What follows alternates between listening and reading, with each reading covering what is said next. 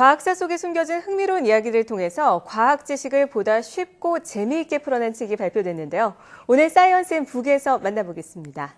별난 관장님의 색다른 과학 시간의 저자 김선빈 관장 나오셨습니다. 안녕하세요.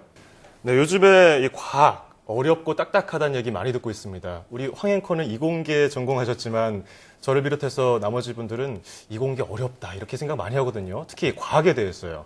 그런데 이 과학을 쉽게 풀이를 해서 그리고 어떻게 하면 과학적으로 좀 관심을 끌 수 있을까 쓰셨다고 그러는데 어떻게 이 내용을 집필하게 되셨는지 책 내용 좀 부탁드리겠습니다. 네, 사실 과학은 누구에게나 좀 어렵거든요. 그렇습니다. 네, 어떻게 쉽게 집필하신 겁니까? 예.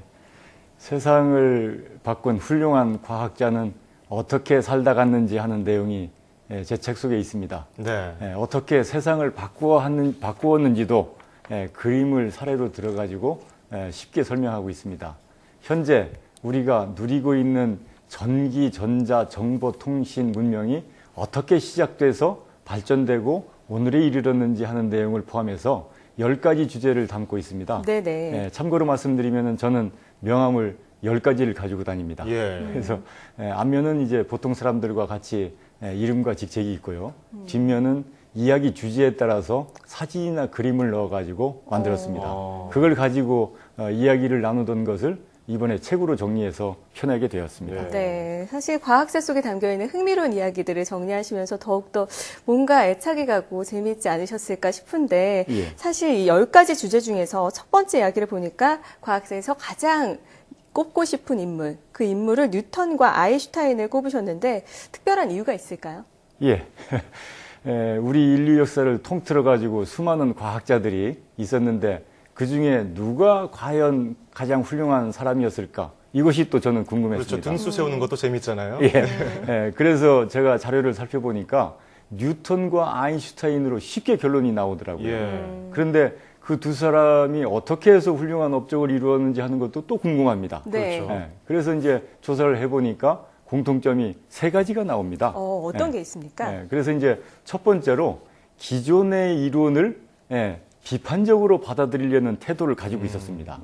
그리고 두 번째로는 여러 군데 흩어져 있는 사실들 중에 유사성을 찾아내는 능력이 있었고요. 또 세 번째로는 강도 높은 집중력과 끈기가 있었더라고요. 그래서 저는 이제 훌륭한 과학자는 태어나는 것이 아니라 이런 3가지만 있으면 누구든지 훌륭해질 수 있다고 주장하고 있습니다. 예, 참 쉽지만은 않은 것 같아요. 3가지만 있으면 훌륭해진다, 사실. 그 3가지가 어려운 거죠. 그렇죠. 자, 그런가 하면 이 뉴턴은 부모도 없고 애인도 없고 친구도 없고 외롭게 살았다고 그러는데 사실 뉴턴 하면 이성들에게 인기 많았을 것 같거든요. 머리도 좋고 잘생겼을 것 같은데 그리고 무뚝뚝했다고 합니다. 이런 면에서 인기가 없었을 것 같은데 왜 이 뉴턴을 웃게 한 질문이 없었을까요? 그렇게 하면 또 다르게 그러니까 다른 웃게 한 질문이 있었을까요? 예. 뉴턴이 평생 잘 웃지도 않았다고 하는 얘기가 이제 지배적인데, 네네. 근데 딱 한 번 웃었다는 얘기가 전기에 보면 나옵니다. 예. 근데 그게 뭔가 봤더니 고대 그리스 수학자 유클리드의 책을 읽는 것이 생활에 어떤 도움이 되는지 이런 질문을 받았을 때 웃었다고 합니다. 그것도 뭐 크게 소리내어서 웃은 것은 아니고 예. 살짝 미소만 지으면서 뭐 즐거운 표정을 지었다고 하는 건데요. 근데 그게 이제 전기에 나오는데 근데 막상 그 질문이 그렇게 우스운 질문 얘기는 아니지 않습니까? 예. 그래서 이제 제가 해석하건대 세상의 진리를 밝히는 기초과학의 중요성에 대해서 어리석은 니네들이 뭘 알겠니? 내가 그런 질문 나올 줄 알았다. 이렇게 생각하고 빙글에 미소 지은 게 아닌가. 저는 그렇게 해석하고 있습니다. 예. 네, 재미있는 해석인데요. 이번에는 화제를 좀 바꿔서 미술 작품으로 좀 들어가 볼게요. 이 서양 미술사에서 워낙 유명한 작품이죠. 뭉크의 절규. 이 절규가 핏빛 하늘 아래서 뭉크가 절규하는 모습이었다라고 얘기를 하는데 사실 뭉크가 직접 경험한 하늘이라고요. 그 하늘이. 그렇습니다. 근데 사실 원래 저녁의 하늘은 붉게 보입니다. 반면에 한낮의 하늘은 푸르게 보이고요.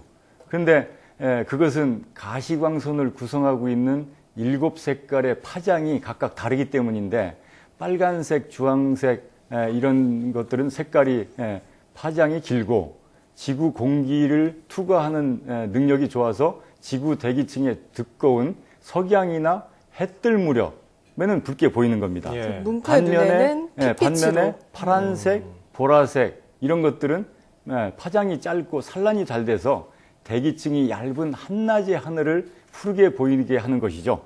그렇기 때문에 뭉크가 절규를 그릴 무렵에 인도네시아에서 실제로 엄청난 화산 폭발이 있어가지고 그것이 화산재가 전 지구에 퍼졌는데 화산재가 덮고 있는 그 상태를 파장이 짧은 파란색 빛깔은 사방으로 산란시켜서 안 보이고 네네. 파장이 긴 붉은 빛만 통과시키기 때문에 당시의 하늘은 매우 붉었다고 합니다. 그러니까 네. 이제 뭉크가 바라본 실제 하늘은 붉었던 거죠. 네. 이 절규에 대한 이런 분석을 들어본 건 저 처음이라서 굉장히 흥미롭네요. 예. 자, 그런가 하면 과학하면 발명 아니겠습니까? 또 발명하면 발명왕 에디슨인데 이 에디슨과 테슬라에 얽힌 이야기가 또 빼놓을 수 없는 얘기입니다. 에디슨이 전기회사 테슬라에 취직하면서 두 사람이 인연을 맺게 됐는데 두 사람이 사실 친하지 않았다고요? 그렇습니다. 그래서 이제 테슬라가 28살 때 에디슨 전기회사에 이제 취직을 했으니까 예. 두 사람은 고용인과 피고용인, 이제 우리나라에서 흔히 말하는 이제 갑과 을의 관계였습니다.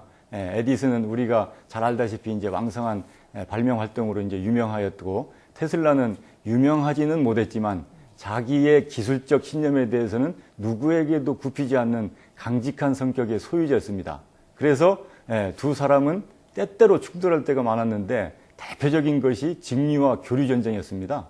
에디슨은 전기를 안전하게 직류 방식으로 생산 공급해야 된다고 하는 입장인데 반해서 테슬라는 교류 방식이어야 멀리까지 전기를 보낼 수 있다. 이렇게 주장하면서 이제 맞섰는데 결국은 테슬라가 에디슨을 이겼습니다. 회사 사장이 부하 직원한테 진 꼴이 되었으니 에디슨이 얼마나 테슬라가 괘씸했을 것이며 고용원이었던 테슬라는 사장의 뜻에 대항하는 과정에서 얼마나 시달렸을 것인지 충분히 짐작할 수 있을 것 같습니다. 자, 책을 통해서 이 독자들에게 전하고 싶은 메시지가 있었을 것 같은데 어떻습니까? 예. 우리나라 학생들 지금 과학관에 많이 오고 있는데 보면은 네네. 머릿속에 지식만 집어넣으려고 하는 공부 방식을 지금 유지하고 있는데 예. 이 방식을 좀 빨리 탈피했으면 하는 생각이 좀 간절하게 듭니다. 학생 스스로 생각하고 생각한 것을 말하고 적어보는 방식으로 공부해야 하는데 그러지 못합니다. 그래서 껍데기보다는 내용이 중요하다는 말씀이죠. 그래서 이제 저는 우리나라 사람들이 그렇게 할 수 있도록 과천과학관에 전시물을 만들어 놓고 관람객들과 꾸준하게 진실되게 이야기를 좀 나눠보려고 하고 있습니다. 예. 자, 과학은 호기심에서 시작된다는 말이 떠오르죠. 이 책을 통해서 많은 분들이 과학에 대한 궁금증을 갖고 또 그 속에 숨겨진 재미있는 가치를 발견하게 되면 좋겠습니다. 자, 지금까지 별난 관장님의 색다른 과학 시간의 저자 김선빈 관장과 함께했습니다. 고맙습니다. 고맙습니다.